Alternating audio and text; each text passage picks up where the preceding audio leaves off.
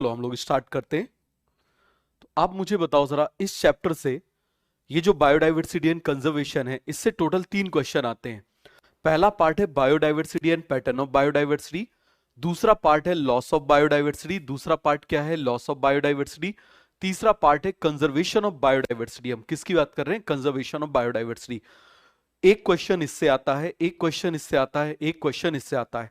सबसे बड़ा टॉपिक ये है, उससे आधा टॉपिक ये है और इससे आधा टॉपिक ये है, लेकिन तीनों का वेटेज एक एक क्वेश्चंस पे है। समझ में आ गया? तो हम लोग इसको स्पीड में पढ़ेंगे। आगे आ जाओ। मुझे बताओ जरा, एलियन स्पीसीज कोई विजिट कर जाए तो यहां पर वैरायटी दिखेगा, इसी को हम क्या बोल देते हैं? बताओ जरा, इसमें कुछ पढ़ने की जरूरत नहीं है। ये जो पूरा एनसीईआरटी का पार्ट है, इसमें कुछ भी पढ़ने की जरूरत नहीं है। आगे आ जाओ। बायोडाइवर्सिटी का मतलब होता है हेट्रोजेनिसिटी। क्या मतलब हो जाता है? हेट्रोजेनिसिटी। समझ में आ गया? आज इसी चैप्टर के क्वेश्चंस कराए हमने, तो जो आपसे उसमें क्वेश्चंस नहीं बने होंगे वो यहां पर आपको कवर हो जाएंगे। पूरा क्लियर है? अब मुझे बताओ जरा, दूसरी तरफ हम बात करते हैं किसकी। ये टर्म किसने दिया था? देखो इसमें वर्ड दिया है, biodiversity is the term popularized by. किसने इसको पॉपुलराइज किया था? मुझे बताओ जरा। Popularized by sociobiologist Edward Wilson. किसने किया था? मुझे बताओ जरा। एडवर्ड विल्सन बन जाएगा। अब देखो, बायोडाइवर्सिटी 3 टाइप की होती है। बायोडाइवर्सिटी कितने टाइप की हो सकती है? 3। पहला ही क्वेश्चन था genetic diversity, species diversity, ecological diversity. Species genetic diversity का मतलब क्या होता है? सेम स्पीसीज के अंदर आप मुझे तो एक ही स्पीसीज जो है, जैसे हम होमोसेपियंस की बात कर रहे हैं, Homo sapiens is a one species, तो वन स्पीसीज के अंदर जो उसके मेंबर्स अलग अलग दिखाई दे रहे हैं, किसकी वजह से? जेनेटिक डाइवर्सिटी की वजह से। क्लियर हो गया? ये एलिलिक वेरिएशन की वजह से हो सकते हैं, जीन वेरिएशन की वजह से हो सकते हैं। भाई कुछ जगह जीन भी वेरी कर सकते हैं, जैसे हम और नॉर्मल सिकल सेल एनीमिया का यदि कंपेयर करें, तो सिकल सेल एनीमिया का जो पेशेंट होता है, आपको मालूम है उसमें जीन डिफेक्ट होता है। फिर फिनाइलकीटोयूरिया, उसमें भी जीन डिफेक्ट होता है। फिर आ जाओ क्रोमोसोमल वेरिएशन, जैसे कोई डाउन सिंड्रोम का पेशेंट है, समझ में आ गया, वो भी होमोसेपियन है। यदि कोई क्लाइनफेल्टर का है, वो भी होमोसेपियन है। और मुझे बताओ जरा, यदि कोई कौन है, हाँ मुझे तो टर्नर सिंड्रोम का है, वो भी क्या है? होमोसेपियन है। लेकिन उसमें क्रोमोसोम का नंबर वेरी कर रहा है। क्या कर रहा है? वेरी कर रहा है। तो इसको क्या बोल देंगे? 3 रीजंस होते हैं। अब आ जाओ स्पीसीज डाइवर्सिटी। अब डिफरेंट स्पीसीज का प्रेजेंट होना रॉबर्ट मे के अकॉर्डिंग। पहले मुझे बताओ, नीट का एग्जाम कब है? 7 मई को। कब है आप मुझे बताओ जरा? 7 मई को नीट का एग्जाम है। तो आप मुझे बताना जरा, हम किसकी बात कर रहे हैं? रॉबर्ट मे ने 7 मिलियन स्पीसीज की बात करी है। तो आप देखो 7 मिलियन अलग अलग टाइप की स्पीसीज किसमें प्रेजेंट है? अर्थ पर प्रेजेंट है। बन जाएगा। फिर आ जाएगा इकोलॉजिकल बायोडाइवर्सिटी, जैसे कहीं डेजर्ट है, कहीं पर ट्रॉपिकल रेन फॉरेस्ट है, कहीं पर टेम्परेट है, कहीं ब्रॉडलीफ है। बन जाएगा। तो इसको हम क्या बोल देंगे? आप मुझे बताओ जरा। अरे बन जाएगा। सभी को पूरा का पूरा कॉन्सेप्ट क्लियर हो गया? किसी को इसमें कोई भी डाउट है, कोई भी कंफ्यूजन है तो बता दो। हो गया पूरा क्लियर? आगे आ जाओ। अब मुझे बताओ जरा, हम किसकी बात कर रहे हैं? Genetic diversity. तो अब देखो, इसी के ऊपर एक क्वेश्चन हमने डाला था, कौन सा? रॉ फोलिया वोमिटोरिया। किसका डाला था? रॉ फोलिया वोमिटोरिया। तो रॉ फोलिया वोमिटोरिया जो है, इसकी सारी स्पीसीज में रेजरपाइन नहीं मिलता। ये जेनेटिक डाइवर्सिटी की वजह से कुछ स्पीसीज में रेजरपाइन मिल जाता है। समझ में आ गया? कुछ स्पीसीज में क्या मिल जाता है? रेजरपाइन मिल जाता है। बन जाएगा। पूरा कॉन्सेप्ट क्लियर हुआ? अब आ जाओ, 50,000 टाइप की तो इंडिया में चावल है, और उसके बाद 1000 टाइप के क्या है? मैंगो। फटाफट आ जाओ, इसके अलावा कुछ नहीं पढ़ना। फिर आप मुझे तो इसके ऊपर भी मैंने एक क्वेश्चन बनाया था। क्या क्वेश्चन बनाया था? कि भाई वेस्टर्न घाट में ज्यादा बायोडाइवर्सिटी है एज कंपेयर टू ईस्टर्न। आप मुझे बताओ, वेस्टर्न कपड़ों की शॉप होगी, वहां ज्यादा भीड़ होती है एज कंपेयर टू ईस्टर्न। बन जाएगा। आगे आ जाओ। अब मुझे बताओ जरा, species diversity is a product of species richness as well as species evenness. It is a product of species richness and it is a product of species evenness. अब मुझे बताओ जरा, रिचनेस का मतलब क्या हो जाएगा? फिर से मुझे बताना। रिचनेस का मतलब है ज्यादा स्पीसीज का होना। इवननेस का मतलब होता है प्रोपोर्शनेट नंबर बराबर होना। प्रोपोर्शनेट नंबर बराबर होने का मतलब क्या हो गया? कि मान लो शेर 5 है, तो आप मुझे बताओ लेपर्ड भी 5 होना चाहिए? नहीं। प्रोपोर्शनेट नंबर का मतलब हो गया कि यदि शेर 5 है तो लेपर्ड कम से कम 25-30 होना चाहिए। इसको प्रोपोर्शनेट नंबर बोल देते हैं। बन जाएगा। आगे आ जाओ। ये देखो जरा, पहला एरिया देखो, इसमें एक स्पीसीज है, यहां 2 स्पीसीज है, यहां 10 स्पीसीज है। तो जिस जगह पर एक स्पीसीज है वहां लेस स्पीसीज है, लेस बायोडाइवर्सिटी है, तो स्पीसीज पुअर एरिया बोल देंगे। इसको क्या बोल देंगे? आप मुझे बताओ जरा। यहां पर 10 स्पीसीज है, तो यहां पर मोर स्पीसीज है, तो इसको क्या बोलेंगे? मोर बायोडाइवर्सिटी। तो इसको क्या बोलेंगे? Species rich area. हम क्विक पढ़ेंगे क्योंकि हम रिवीजन कर रहे हैं। बन जाएगा। आगे आ जाओ। अब मुझे बताओ जरा, एक एरिया देखो, यहां पर कार्निवोरस 100 है, हर्बीवोरस 50 है। तो आप मुझे बताओ क्या ऐसे में सरवाइव कर पाएंगे? भाई कार्निवोरस 50 के 50 को खा जाएंगे, इकोसिस्टम अनस्टेबल हो जाएगा। तो क्या यहाँ बायोडाइवर्सिटी रह पाएगी? नहीं। दूसरी तरफ मुझे बताओ हर्बीवोरस 500 है और कार्निवोरस 50 है, तो इसका मतलब आप मुझे बताओ यहां पर वो सरवाइव कर सकते हैं। क्लियर हो गया? तो यहां पर इसको क्या बोलेंगे? Species evenness. तो इसको हम बोलेंगे, क्या बोलेंगे जल्दी से आप मुझे बताओ? Species evenness. आगे आ जाओ। तो species diversity is a product of species richness as well as species evenness. और यहां पर इक्वल नंबर नहीं है, इक्वल इन प्रोपोर्शनेट नंबर। इनके प्रोपोर्शनेट नंबर क्या होना चाहिए? इक्वल। क्या इक्वल होना चाहिए? प्रोपोर्शनेट नंबर इनके क्या होना चाहिए? इक्वल। सभी को समझ में आ गया? आ गया तो जरा एक बार तीर चला दो। पूरा कॉन्सेप्ट क्लियर हो गया? जल्दी से आप मुझे बताओ। हाँ, एक बच्चा बोल रहा है 2 लाख जूलॉजी में लिखे हुए हैं, वो बायोटेक में लिखे हुए हैं। समझ में आ गया?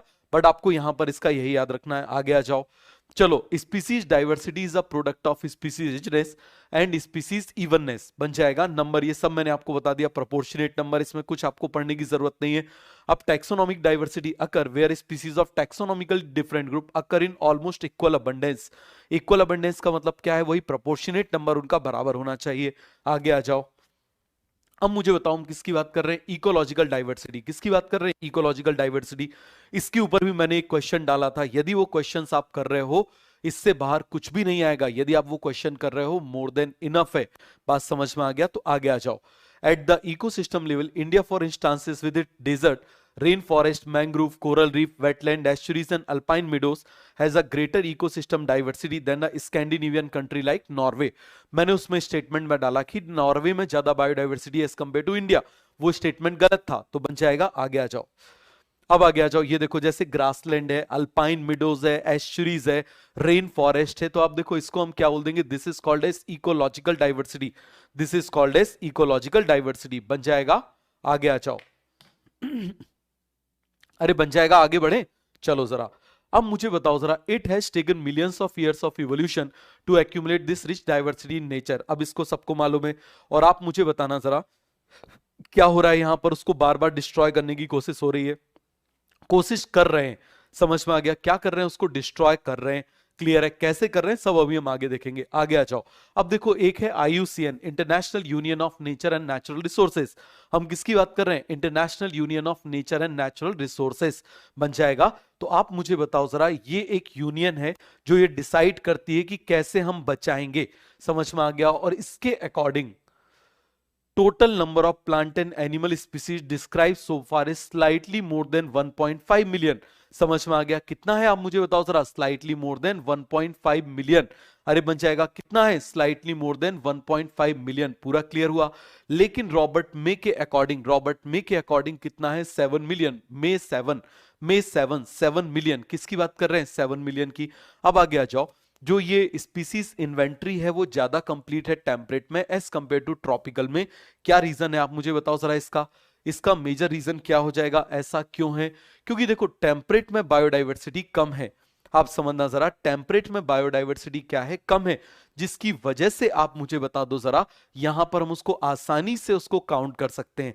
लेकिन मुझे बताओ, यहां पर ट्रॉपिकल में बायोडाइवर्सिटी बहुत ज्यादा है। Species inventories are incomplete because of more biodiversity.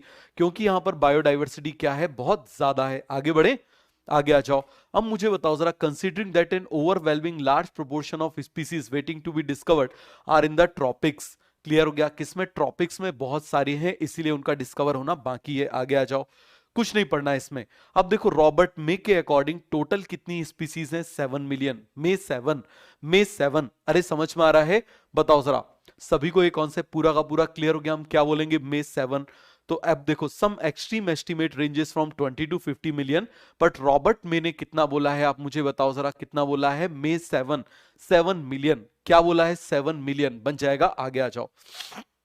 Total species, हम किसकी बात कर रहे हैं? टोटल स्पीसीज की बात कर रहे हैं। तो आप मुझे बताओ जरा, टोटल जो स्पीसीज हैं वो कितनी है? 70% एनिमल है टोटल स्पीसीज में। इसके ऊपर भी हमने एक क्वेश्चन बनाया था कि ग्लोबली सबसे ज्यादा किसका नंबर है, तो वो नंबर किसका है? आप मुझे बताओ जरा। इंसेक्ट का। 70% इंसेक्ट है। और उस 70% का, देखो 70% एनिमल है और उस 70% का भी 70% इंसेक्ट है, तो सबसे ज्यादा नंबर किसका है? इंसेक्ट का नंबर है। किसका नंबर है? इंसेक्ट का। पूरा क्लियर हो गया? एग्जांपल मान लो 100 टोटल स्पीसीज हैं, तो उसमें से 70 एनिमल हैं और उस 100 में से टोटल 49 क्या है? आप मुझे बताओ। इंसेक्ट अकेले हैं। अरे बन जाएगा। सभी को पूरा कॉन्सेप्ट क्लियर हुआ? कोई डाउट, कोई कंफ्यूजन? बताओ। 22% अब क्या बच गए? प्लांट्स। और plants included algae and fungi, bryophyte, pteridophyte, gymnosperm and angiosperm. तो इतना सभी को समझ में आया? एक बार यदि समझ में आ गया तो जरा तीर चला दो भाई लोगों जल्दी से। फटाफट जरा तीर चलाओ यदि इतना आपको समझ में आ गया, स्पीड में आपको समझ में आ गया, क्विकली आपको रीड करना बन रहा है, तो जरा एक बार तीर चलाओ।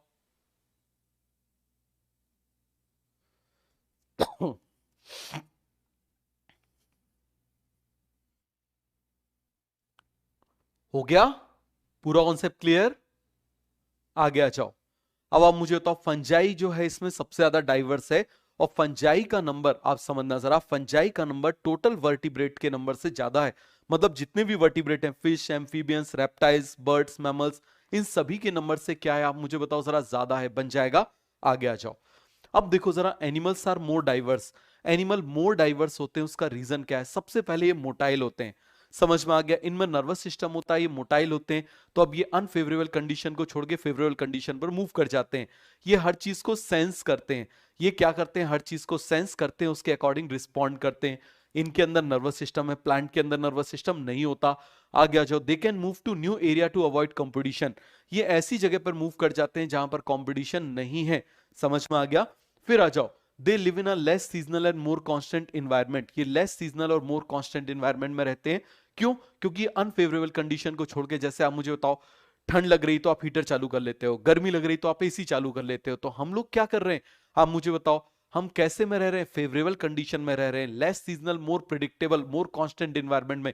लेकिन मुझे बताओ जरा जल्दी से, आप मुझे बताओ, लेकिन यहां पर जो प्लांट्स होते हैं बेचारे पूरे टाइम ऐसे खड़े हुए हैं, और जब प्लांट्स पूरे टाइम इस तरीके से खड़े हुए हैं, तो क्या आप मुझे बताओ उसके ऊपर इफेक्ट आएगा?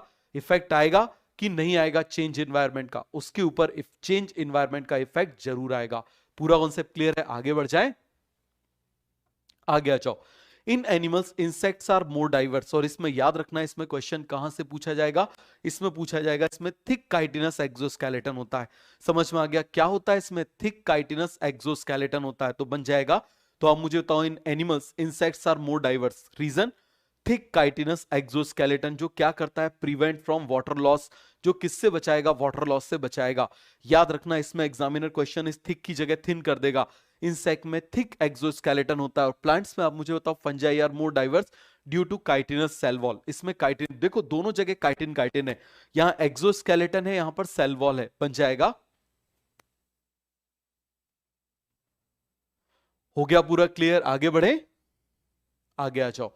Let us look at some interesting aspect about Earth biodiversity based on the currently available species inventory. More than 70% of all the plant species, ये सब मैं आपको बता चुका हूं। क्लियर है? सब हमने पढ़ लिया, ये भी हमने पढ़ लिया, क्यों होते हैं, कैसे होते हैं। आगे आ जाओ। एनिमल में क्या है? नर्वस सिस्टम है। जरा इसको रीड करो जल्दी से, रीड करो जरा फटाफट। आप मुझे बताओ जरा, they have nervous system, most of their response are adaptive for their survival in changing environment, they are mobile, move to new area to avoid competition. बन जाएगा? अरे सभी को समझ में आ गया? सब हम पढ़ चुके हैं। देखो जरा, प्लांट्स आर फिक्स्ड। देखो ये पॉइंट बहुत इंपॉर्टेंट है। प्लांट जो होते हैं वो फिक्स होते हैं। प्लांट कैसे होते हैं? फिक्स होते हैं। And require fewer evolutionary adaptation in order to obtain their requirement of water, minerals, sunlight. All this has resulted in high species diversity among animal than plant. देखो जरा, प्लांट की जो रिक्वायरमेंट होती है वो कम होती है। क्यों? उसमें नर्वस सिस्टम नहीं होता, तो ज्यादा सेंस नहीं करता, तो उसके अकॉर्डिंग ज्यादा रिस्पॉन्ड नहीं करता। अब जब ना ज्यादा सेंस कर रहा है, ना ज्यादा रिस्पॉन्ड कर रहा है, तो बहुत ज्यादा एडॉप्टेशन प्लांट्स में नहीं होते। समझ में आ गया? आगे आ जाओ। अब मुझे बताओ जरा, थिक एंड ये सब बता दिया, स्ट्रॉन्ग काइटिनस, स्ट्रेंथ, प्रोटेक्शन सब प्रोवाइड करेगा। थिक है, स्ट्रॉन्ग है, जिसकी वजह से स्ट्रेंथ और क्या प्रोवाइड करेगा? प्रोटेक्शन। बन जाएगा? आगे आ जाओ।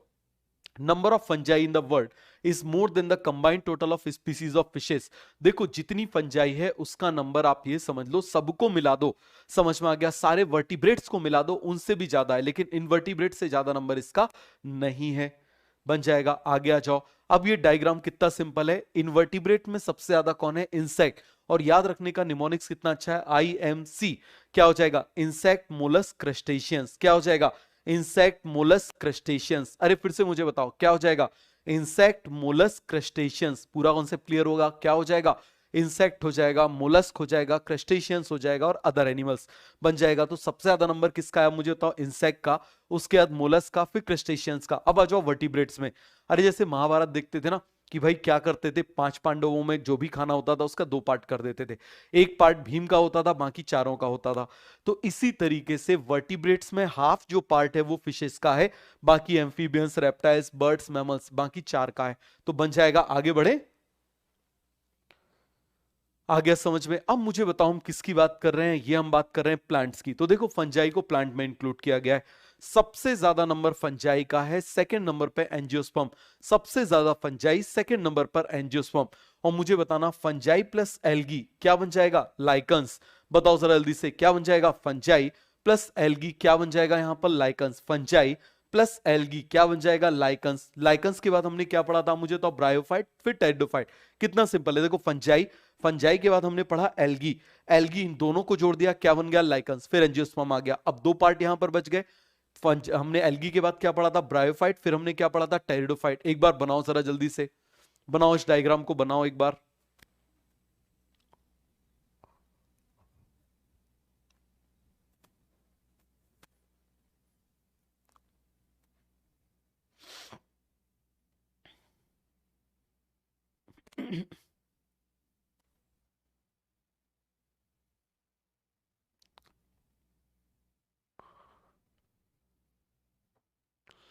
बन गया,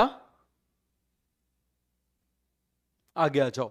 अब देखो जरा, IMC, इंसेक्ट मोलस्क क्रस्टेशियंस, फिर मुझे बताओ fishes, amphibians, reptiles, birds, mammal, फिर फंजाई, मुझे बताओ एंजियोस्पर्म, बताओ फंजाई प्लस एल्गी क्या हो जाएगा, लाइकन्स, मोसेस, और इस तरफ क्या हो जाएगा, फर्नल एलाइस, का मतलब क्या हो जाएगा, टेरिडोफाइट। आगे आ जाओ। अब देखो जरा, इसके ऊपर एक असर्शन रीजन क्वेश्चन बनेगा। कैसा क्वेश्चन बनेगा कि देखो ये जो यहां पर बहुत अच्छे से समझना, किसकी बात कर रहे हैं हम, प्रोकैरियोट्स की। तो प्रोकैरियोट्स जो है वो अभी तक टोटल हम ढूंढ नहीं पाए हैं, क्यों भाई, कितने प्रोकैरियोट्स हैं इसको पता नहीं लगा पाए हैं, क्यों, इसका मेजर रीजन क्या है, क्योंकि जो कन्वेंशनल टैक्सोनॉमिक मेथड है वो सुटेबल नहीं। अब कन्वेंशनल टैक्सोनॉमिक मेथड का मतलब क्या होता है, स्टेन करना, भाई स्टेनिंग कर देना, सारे बैक्टीरिया स्टेनिंग में दिखाई नहीं देते। फिर आप मुझे तो कल्चर करा देना, सारे बैक्टीरिया कल्चर भी नहीं होते। समझ में आ गया। तो इस वजह से आप मुझे बताओ जरा, ये प्रोकैरियोट जो है उसका नंबर आपको मालूम है क्या है, नॉट श्योर, हम उसके बारे में श्योर नहीं है। आगे आ जाओ। अब मुझे बताओ जरा, अब 12 मेगा बायोडाइवर्सिटी कंट्री, इसके ऊपर भी एक क्वेश्चन था कि India is one of the 12 mega biodiversity country, और इंडिया का नंबर क्या है, 8। और इसमें मजे की बात है, टोटल बायोडाइवर्सिटी का भी कितना है, 8.1%। कितना है आप मुझे बताओ जरा, 8.1% टोटल बायोडाइवर्सिटी का पार्ट है, बन जाएगा। आगे आ जाओ। अब आप मुझे बताओ हम किसकी बात कर रहे हैं, इंडिया। इंडिया क्या है, 8th मेगा बायोडाइवर्सिटी, हम किसकी बात कर रहे हैं, इंडिया क्या है, 8th मेगा बायोडाइवर्सिटी। टोटल आप मुझे तो कवर कर रहा है 2.4% of the world's land area, but it occupies 8.1% of total biodiversity. हम किसकी बात कर रहे हैं, it occupies 8.1% of the total biodiversity. पूरा क्लियर हुआ, सभी को समझ में आ गया। Plants 45,000, animals 90,000, plants 45,000, animal 90,000, clear हो गया। और मुझे बताओ जरा, ये किसकी बात कर रहे हैं हम, इंडिया की बात कर रहे हैं, किसकी बात कर रहे हैं, इंडिया। देखो जरा, 8th नंबर है, एरिया कितना है 2.4%, बट बायोडाइवर्सिटी का परसेंटेज 8.1, कितना सिंपल है, 8th mega biodiversity country, 8.1% biodiversity, clear है, बन जाएगा। अब प्लांट्स अभी तक जो डिस्कवर किए गए 45,000, और आप मुझे बताओ कितने, 90,000, और रॉबर्ट मे के अकॉर्डिंग जितने होते हैं उसका केवल 22% ही हम डिस्कवर कर पाते हैं, मतलब ओनली 22% आर डिस्कवरेबल। समझ में आ गया। तो इसको यदि हम रफली 4 से मल्टीप्लाई करें तो 1,80,000 आ जाएगा, इसको 4 से मल्टीप्लाई करेंगे 3,60,000 आएगा, जो एनसीईआरटी में लिखा हुआ है। Plants can be more than 100,000 मतलब 1,00,000, and animals can be more than 300,000 मतलब 3 लाख बन जाएगा। सभी को समझ में आ गया, हो गया पूरा कॉन्सेप्ट क्लियर। आगे बढ़ जाएं। आगे आ जाओ। Although India has only 2.4% of the world's land area, it shares its share of the total, ये सब मैंने आपको बता दिया। मे ग्लोबल एस्टिमेट भी मैंने आपको बता दिया कि भाई जितने होते हैं उसमें 22 ही डिस्कवर करते हैं, ये भी मैंने आपको बता दिया। एक बार क्विकली रीड कर लो, इसमें कुछ भी पढ़ने की जरूरत नहीं है। याद रखना इस चैप्टर में जितना मैंने लिखा हुआ है बस उतना ही आप यदि पढ़ लोगे मोर देन इनफ है, बन जाएगा। अब देखो जरा, nature's biological library is burning even before we catalog the title of all the book stock here. इसका मतलब क्या है कि जो जितना भी आप समझना जरा, जैसे मान लो एक लाइब्रेरी की हम बात कर रहे हैं, भाई एक लाइब्रेरी में आग लग गई तो आप जाके उससे बुक निकाल रहे हो, आप उससे बुक निकाल रहे हो, लेकिन इससे पहले कई सारी बुक क्या हो रही हैं, जल जा रही हैं। इसी तरीके से जितनी स्पीसीज आप डिस्कवर कर पा रहे हो उससे कई ज्यादा आप मुझे बताओ जरा क्या होती जा रही है, एक्सटिंक्ट होती जा रही है। क्लियर है? आगे आ जाओ। अब मुझे बताओ जरा पैटर्न ऑफ बायोडाइवर्सिटी, इसके ऊपर भी एक क्वेश्चन मैंने डाला था, समझ में आ गया? इसके ऊपर भी हमने क्वेश्चन डाला था ना, लैटिट्यूड ग्रेडियंट। जब हम इक्वेटर से पोल की तरफ जाते हैं तो सनलाइट कम होती है, समझ में आ गया? फोटोसिंथेसिस कम होगा, प्रोडक्टिविटी कम होगी, तो बायोडाइवर्सिटी कम हो जाएगी। If we are moving from equator to pole, आप मुझे बताओ, amount and duration of sunlight decrease, photosynthesis decrease, productivity decrease, biodiversity decrease, ये सब कुछ आप मुझे बताओ जरा क्या हो जाएगा, डिक्रीज हो जाएगा, बन जाएगा। और फिर हम किसकी बात कर रहे हैं, स्पीसीज एरिया रिलेशनशिप। किसकी बात कर रहे हैं, स्पीसीज एरिया रिलेशनशिप। इसके ऊपर भी क्वेश्चन था। A for area, A for Alexander von Humboldt, क्या बोलेंगे, अलेक्जेंडर वॉन हेम्बोल्ट। आगे आ जाओ। अब देखो जरा, ये हम इसकी बात कर रहे हैं, सीएनजी, इसके ऊपर भी क्वेश्चन था, समझ में आ गया? CNG, Colombia, New York, Greenland. Colombia equator पे है तो आप मुझे बताओ इसमें 1400 स्पीसीज है।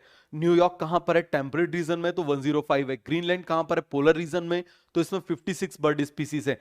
और इंडिया में 1200 स्पीसीज है। इन इंडिया आप मुझे तो approximately 1200 bird species are present, because इसका इंडिया का ज्यादातर जो लैंड एरिया है वो किस में प्रेजेंट है, आप मुझे बताओ, ट्रॉपिक्स में प्रेजेंट है। कहां पे प्रेजेंट है, ट्रॉपिक्स में प्रेजेंट है। तो इतना समझ में आ गया, तो एक बार जरा तीर चला दो भाई लोगों, जल्दी से फटाफट तीर चला दो।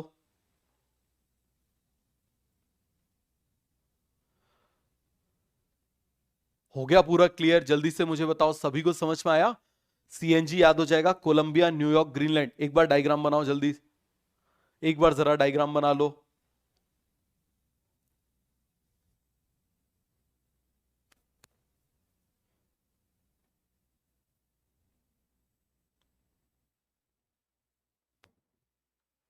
सभी को समझ में आया?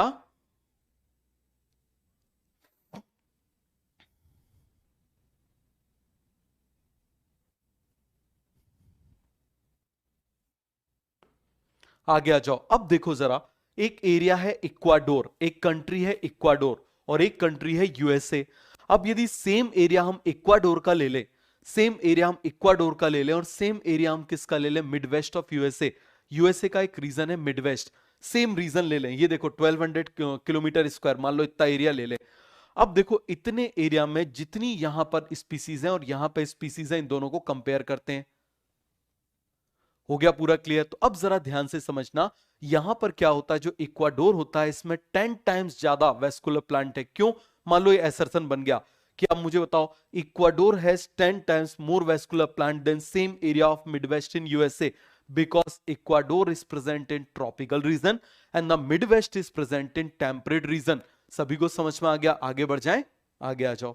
अब मुझे बताओ जरा, लैटिट्यूड ग्रेडियंट मैंने आपको फिर बता दिया, आगे आ जाओ। ये सब कुछ मैंने आपको बता दिया, सब कुछ पढ़ा दिया, क्लियर है? Scientist estimate that this rain forest have might to be at least 2 million insect species waiting to be discovered. अब ये अमेजोनियन रेन फॉरेस्ट, इसके ऊपर भी मैंने एक क्वेश्चन दिया था कि भाई इसमें बर्ड का नंबर 1300 है, आप मुझे बताओ 3000 इसमें फिश का नंबर है, और आप मुझे बताओ इसमें क्या दिया हुआ था, 427 मैमल्स का। बस यही क्वेश्चन मैंने दिया था, समझ में आ गया? क्वेश्चन दिया था कि नहीं दिया था? तो बन जाएगा। आगे आ जाओ।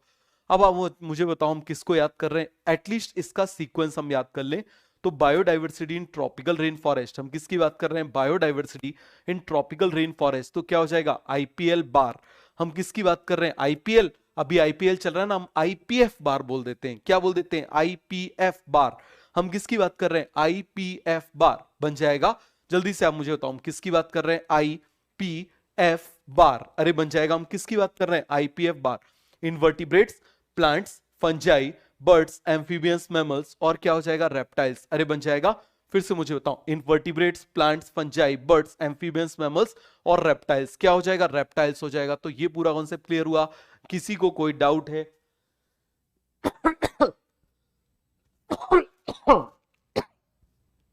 तो ये सभी को पूरा कॉन्सेप्ट क्लियर हुआ? किसी को इसमें कोई भी डाउट है, कोई भी कंफ्यूजन है?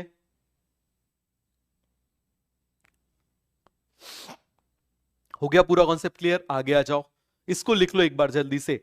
आईपीएफ बार इन्वर्टिब्रेट्स, प्लांट, फंजाई, यहां से क्या हो जाएगा बताओ जरा? बर्ड्स, एम्फीबियंस और रेप्टाइल्स। और एम्फीबियंस और मैमल्स का नंबर क्या होता है? सेम बन जाएगा। ये देखो स्पीसीज का नंबर है, जिसमें इसके ऊपर, इसके ऊपर और इसके ऊपर मैंने आज आपको क्वेश्चन दिया था, क्वेश्चन से आपको याद हो जाएगा। आगे आ जाओ।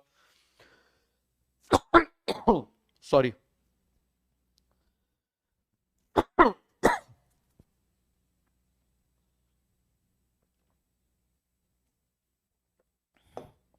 तो आप मुझे बताना, क्यों ट्रॉपिकल एरिया में, क्यों ट्रॉपिकल एरिया में, आप मुझे बताओ जरा, क्यों ट्रॉपिकल एरिया में इतनी ज्यादा बायोडाइवर्सिटी? कोई रीजन बताएगा? देखो ट्रॉपिकल एरिया जो है वो अनडिस्टर्ब्ड है पिछले कई हजार लाखों साल से, समझ में आ गया? लेकिन जो टेम्परेट एरिया है वहां पर फ्रीक्वेंट ग्लेशिएशन हो रहा है। क्या हो रहा है वहां पर? फ्रीक्वेंट ग्लेशिएशन हो रहा है। सॉरी, देखो जरा, अब इस बात को बहुत अच्छे से समझना। Speciation is the function of time. हम किसकी बात कर रहे हैं? Speciation is the function of time. What do you mean by speciation? Speciation का मतलब होता है फॉर्मेशन ऑफ न्यू स्पीसीज। क्या मतलब होता है? फॉर्मेशन ऑफ न्यू स्पीसीज बन जाएगा। तो स्पेशिएशन जो होता है वो आप मुझे बताओ जरा कैसा होगा? वो टाइम के साथ होगा और वो ऐसी जगह पर होगा जहां पर, आप मुझे बताओ, जहां पर अनडिस्टर्ब्ड इन्वायरमेंट हो। कैसा हो जाए? अनडिस्टर्ब्ड इन्वायरमेंट होगा। क्लियर हो गया? और ऐसा अनडिस्टर्ब्ड इन्वायरमेंट ट्रॉपिकल एरिया में प्रेजेंट है। कहां पर है? ट्रॉपिक्स में। क्लियर हो गया? और देखो टेम्परेट एरिया में क्या हुआ है? फ्रीक्वेंट ग्लेशिएशन हुआ है। क्या हुआ है आप मुझे बताओ जरा? फ्रीक्वेंट ग्लेशिएशन हुआ है, बन जाएगा। तो ये पूरा क्लियर हो गया। और ट्रॉपिकल एरिया अनडिस्टर्ब रहा है। हो गया पूरा कॉन्सेप्ट क्लियर? आगे बढ़ जाएं, आगे आ जाओ। अब देखो जरा, जो ट्रॉपिकल एरिया होता है लेस सीजनल होते हैं। जैसे हमारी कंट्री ट्रॉपिकल एरिया में आती है, हमको मालूम है कि भाई फरवरी से गर्मी शुरू हो जाएगी, भाई जून जुलाई में आप मुझे बताओ बरसात शुरू हो जाएगी, सितंबर अक्टूबर में ठंड शुरू हो जाएगी। तो हमारा आप मुझे बताओ कैसा है? बिल्कुल प्रिडिक्टेबल इन्वायरमेंट है, हम उसकी तैयारी करके रखते हैं। लेकिन आप मुझे बताइए, सॉरी, आप मुझे बताइए जल्दी से, आप मुझे बताना, लेकिन जो टेम्परेट एरिया है, हम किसकी बात कर रहे हैं? टेम्परेट एरिया की बात कर रहे हैं। वहां पता चले दिन में बहुत ज्यादा गर्मी है तो रात में क्या हो गई? बहुत ज्यादा ठंड हो गई। दिन में बहुत ज्यादा गर्मी है तो रात के टाइम में क्या हो जाएगी? बहुत ज्यादा ठंड हो जाएगी। तो ये पूरा का पूरा कॉन्सेप्ट आपको क्लियर हो गया? अरे सभी को समझ में आ गया? और नेक्स्ट आप मुझे बताना जरा, यहां पर सोलर एनर्जी ज्यादा है जिसकी वजह से प्रोडक्टिविटी ज्यादा है, फोटोसिंथेसिस ज्यादा है। आगे आ जाओ। ये देखो जरा, रीजन फॉर हाई बायोडाइवर्सिटी, हम किसकी बात कर रहे हैं? Reason for high biodiversity in tropics. क्या रीजन हो जाएगा? Undisturbed area. एरिया कैसा है? अनडिस्टर्ब। और मुझे बताओ less seasonal, more constant and predictable environment है।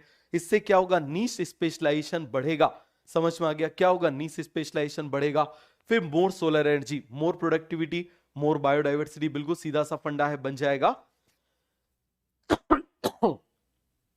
अब आ जाओ, हम किसकी बात कर रहे हैं? Species area relationship.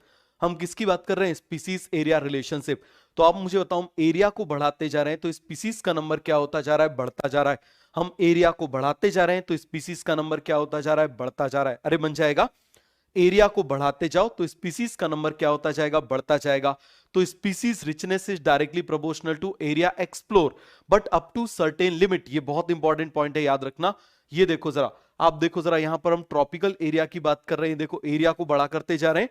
तो आप मुझे बताओ, एक बर्ड है, अब 4 बर्ड है, यहां पर 8 बर्ड आ गई। एरिया बढ़ा है, स्पीसीज बढ़ गई। यहां पर आप मुझे बताओ, यहां भी एरिया बढ़ा है, स्पीसीज बढ़ गई। लेकिन एक कांस्टेंट पैरामीटर में नहीं बढ़ रहा है कि भाई यहां 4 आया, यहां 8 आया, यहां भी 4 8 आना चाहिए।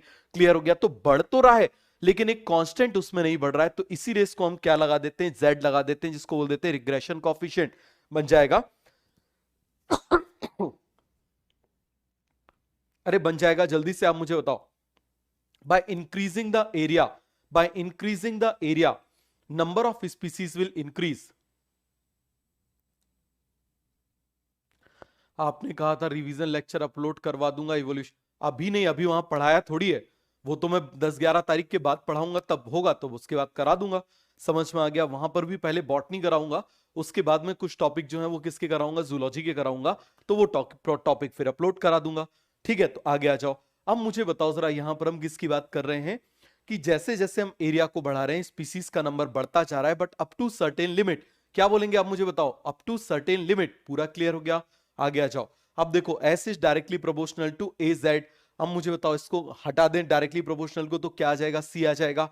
अब आपको मालूम है ये एरिया है, ये स्पीसीज है, तो यहां पर देखो एक सर्टेन लिमिट तक ही ये बढ़ रहा है, उसके बाद तो आप मुझे बताओ ये क्या हो जा रहा है? कांस्टेंट हो जा रहा है। क्या हो जा रहा है? यहां पर ये कांस्टेंट हो जा रहा है। और ये शेप को हम क्या बोलेंगे? Rectangular hyperbola. याद रखना, ये रेक्टेंगुलर हाइपरबोला नहीं होता, ये पैराबोला होता है, बट एनसीईआरटी ने इसको रेक्टेंगुलर हाइपरबोला बोला है, तो हमको मानना पड़ेगा। समझ में आ गया? हो गया पूरा क्लियर? हो गया पूरा क्लियर? अब देखो जरा इसका लॉग ले लेते हैं, तो क्या आ जाएगा? Log S is equal to log C plus Z log A. क्या हो जाएगा? Z log A. अरे बन जाएगा। अब देखो जरा, हमने बना दिया लॉग ए लॉग एस। क्या बना दिया? Log A log S. तो कैसा आ जाएगा? Straight line. क्यों? Because it is Y equal to M X plus C. क्या हो जाएगा? Because it is Y equal to M X plus C.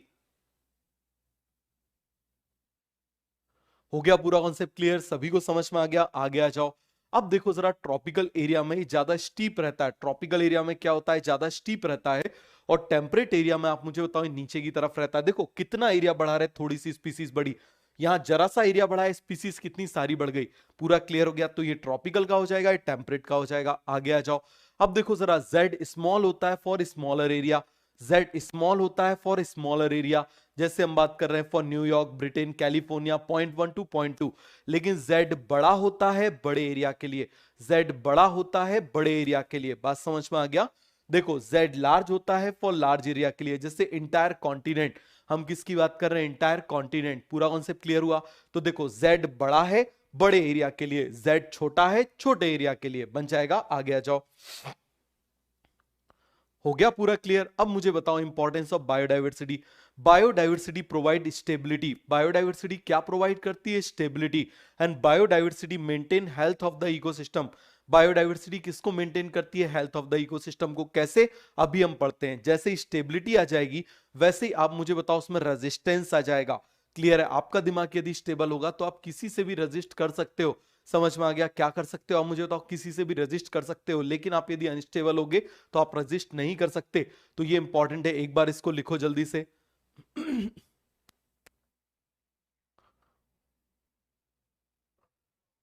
हो गया पूरा क्लियर?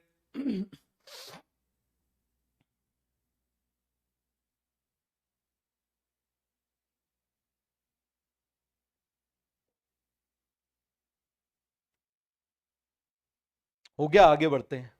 चलो आगे आ जाओ। Importance of biodiversity. देखो जरा कैसे बायोडाइवर्सिटी है, इसके लिए आ जाएगा एक साइंटिस्ट था, डेविड टिलमैन। बहुत इंपॉर्टेंट नाम है, David Tilman. D for David Tilman, D for diversity. So diversity is directly proportional to resistance. जितनी ज्यादा डाइवर्सिटी होगी उतना ज्यादा रेजिस्टेंस होगा। समझ में आ गया? अब देखो ये दो एरिया हैं। देखो जरा, इसमें लेस बायोडाइवर्सिटी, उसमें मोर बायोडाइवर्सिटी है। यहाँ लेस बायोडाइवर्सिटी है तो रेजिस्टेंस भी क्या होगा मुझे बताओ? अटैक कर दिया यदि कहीं पर, इसमें अटैक हो गया, मान लो इसको सपोज करो ये स्पीसीज है, कोई बाहर की स्पीसीज का अटैक हो गया, तो कहां पर ज्यादा इफेक्ट आएगा? यहां पर या यहां पर? इफेक्ट कहां पर आएगा? यहां पर। तो यहां रेजिस्टेंस क्या है? कम। Less biodiversity, less resistance, less stability और मोर वेरिएशन इन प्रोडक्टिविटी। यदि स्टेबल कम होगा तो इसमें वेरिएशन क्या आएगा आप मुझे बताओ जरा? ज्यादा। Less biodiversity, less resistance, less stability, more variation in the productivity. क्या हो जाएगा? मोर वेरिएशन इन द प्रोडक्टिविटी। पूरा कॉन्सेप्ट क्लियर हुआ? आगे आ जाओ। अब हम बात कर रहे हैं more biodiversity, more resistance, more stability, less variation in productivity. इस स्टेटमेंट को याद कर लो अच्छे से। Diversity is directly proportional to resistance, is directly proportional to stability and inversely proportional to variation in productivity. जितनी ज्यादा डाइवर्सिटी होगी प्रोडक्टिविटी उतनी ज्यादा होगी और वेरिएशन उतना ज्यादा कम होगा। बन जाएगा। इसको लिखो एक बार, जल्दी से लिखो। आज हम थोड़ा कम पढ़ेंगे क्योंकि बोला नहीं जा रहा है।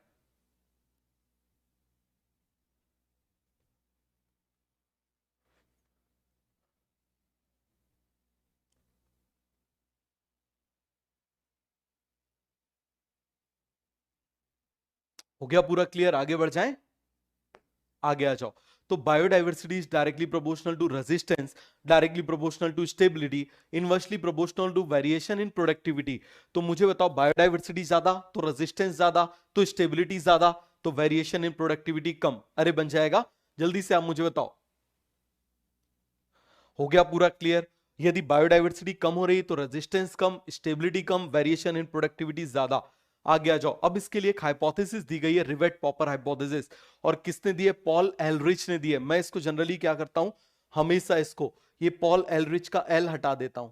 समझ में आ गया? अब देखो अच्छा लगता है ना, रिच। रिच, आप मुझे बताओ रिच, और क्यों रिच? क्योंकि ये बात कर रहा है किसकी? एरोप्लेन की। ये देखो ये एरोप्लेन है, ये अंदर का है। अब मान लो हर पर्सन क्या करे, समझ में आ गया? जल्दी से आप मुझे बताओ, हर पर्सन क्या करे कि भाई जब जाए और इससे क्या निकालता जाए, एक एक स्क्रू को निकालता जाए, तो इमीडिएटली इकोसिस्टम क्रैश नहीं होगा।